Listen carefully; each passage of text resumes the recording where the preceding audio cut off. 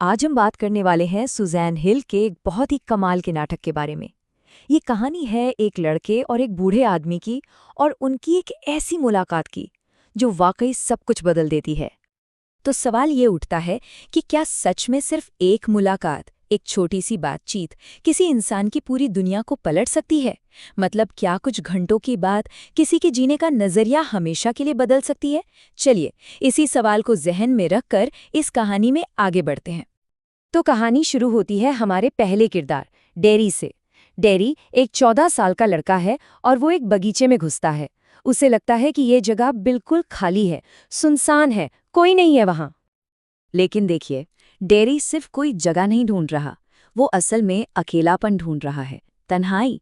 और ये बात इस चीज से साफ हो जाती है कि वो गेट से नहीं आता, वो दीवार फांद कर अंदर आता है, मानो दुनिया से छिपने की कोशिश कर रहा हो। अब डेरी की ये हालत क्यों है? वजह है उसका चेहरा जो तेजाब से जल गया है और इस वजह से वो खुद से ही डरने लगा है, खुद से नफरत करता है। उसे पक्का यकीन है कि दुनिया में हर कोई उसे बस घिन और डर की नज़र से ही देखता है। जो डर उसके अंदर है, उसे लगता है वो डर दूसरों की आंखों में भी है। और फिर इसी बगीचे में हमारी मुलाकात होती है इसके मालिक से, मिस्टर लैम्ब। और मिस्टर लैम्ब का जो जीने का तरीका है, जो फलसफा है, वो डेरी की सोच से एकदम बिल्कुल उल्टा है। उनकी दुनिया खुली हुई है, हर किसी का स्वागत करने वाली। और ये फर्क देखिए कितना कमाल का है। एक तरफ डेरी है जो दीवार फांद कर आता है और दूसरी तरफ मिस्टर लैम्ब है जिनका गेट हमेशा खुला रहता है। यहीं से कहानी की शुरुआत में ही हमें दुनिया को देखने के दो बिल्कुल अलग नजरिए मिल जाते हैं। मिस्टर लैम्ब का फलसफा बहुत सीधा साधा है। वो मानते हैं कि बाहरी चीजों से, बाहरी दिखावे से कोई फर्क नहीं पड़ता, सब एक जैसा है। वो फूलों और खरपतवार मतलब वीड्स का उदाहरण देते हैं। कहते हैं कि दोनों ही तो जिंदगी हैं, दोनों ही बढ़ रहे हैं। किसी एक को फूल और दूसरे को खरपतवार कहना, ये तो बस देखने का नजरिया है और कुछ नहीं। और ये कितनी दिलचस्प बात है ना, कि दोनों के पास एक शारीरिक कमी है, डेरी का जला हुआ चेहरा और मिस्टर लैम्ब का टिन का पैर। लेकिन दोनों के लिए इसका मतलब बिल्कुल अलग है। डेरी को लगता है कि उसके चेहरे ने उसकी पूरी पहचान ही खत्म कर दी है, उसे खा लिया है। और दूसरी तरफ मिस्टर लैम्ब के लिए उनका टिन का पैर बस एक हकीकत है, वो इसे बड़ी आसानी से अपनाते हैं। लोग लंगड़ा लैम्ब कहते हैं तो उन्हें कोई फर्क नहीं पड़ता। तो असल में ये पूरा नाटक इन्हीं दो नजरियों की टकराहट है। एक तरफ डेरी की गहरी निराशा, उसकी कड़वाहट, और दूसरी तरफ मिस्टर लैम्ब का जिंदगी को देखने का पॉजिटिव नजरिया। यही इस कहानी का दिल है। डेरी तो एकदम मान कर बैठा है कि कुछ नहीं बदल सकता। वो साफ साफ कहता है, मैं नहीं बदलूंगा। ये उसकी गहरी निराशा दिखाता है कि उसे लगता है वो जैसा है वैसा ही रहेगा हमेशा। और इस पर मिस्टर लैम्ब का जवाब देखिए कितना समझदारी भरा है। वो कहते हैं, उस तरह से नहीं, तुम नहीं बदलोगे। मतलब वो मान रहे हैं कि हाँ, तुम्हारा चेहरा नहीं बदलेगा, लेकिन वो इशारा कर रहे हैं कि एक और बदलाव है जो हो सकता है, अंदर का बदलाव। डेरी का दर्द कितना गहरा है ये इस बात से पता चलता है जब वो कहता है कि उसे कोई कभी प्यार नहीं करेगा, कोई किस नहीं करेगा। और तो और उसे लगता है कि उसकी माँ भी जो करती है वो प्यार नहीं बल्कि एक मजबूरी है, क्योंकि वो उसकी माँ है।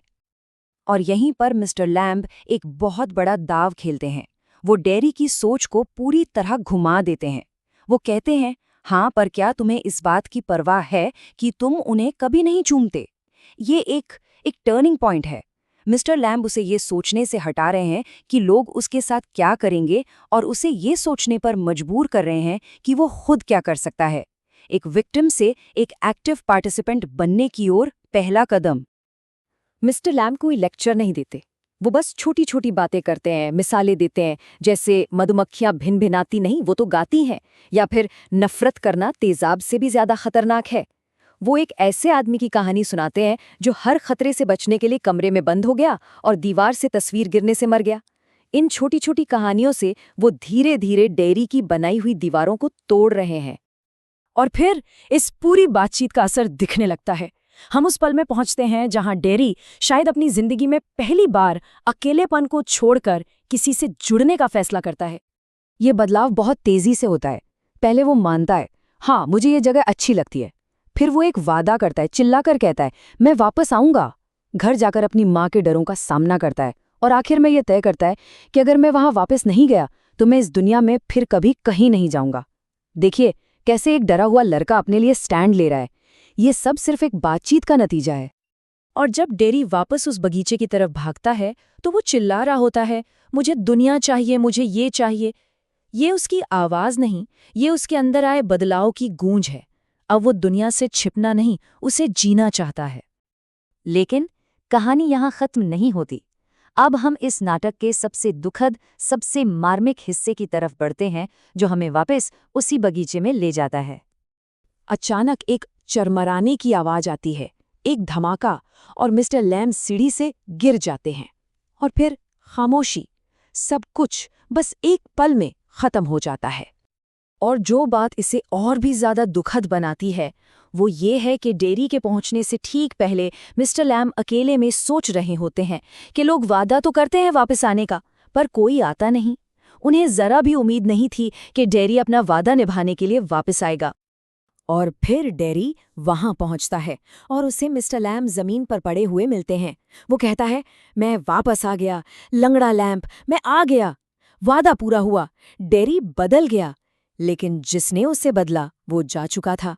ये एक ही पल में जीत भी है और हार भी। तो आखिर में बचता क्या है? हाँ, अंत बहुत दुखद है, लेकिन डेरी के अंदर जो बदलाव आया है वो असली है।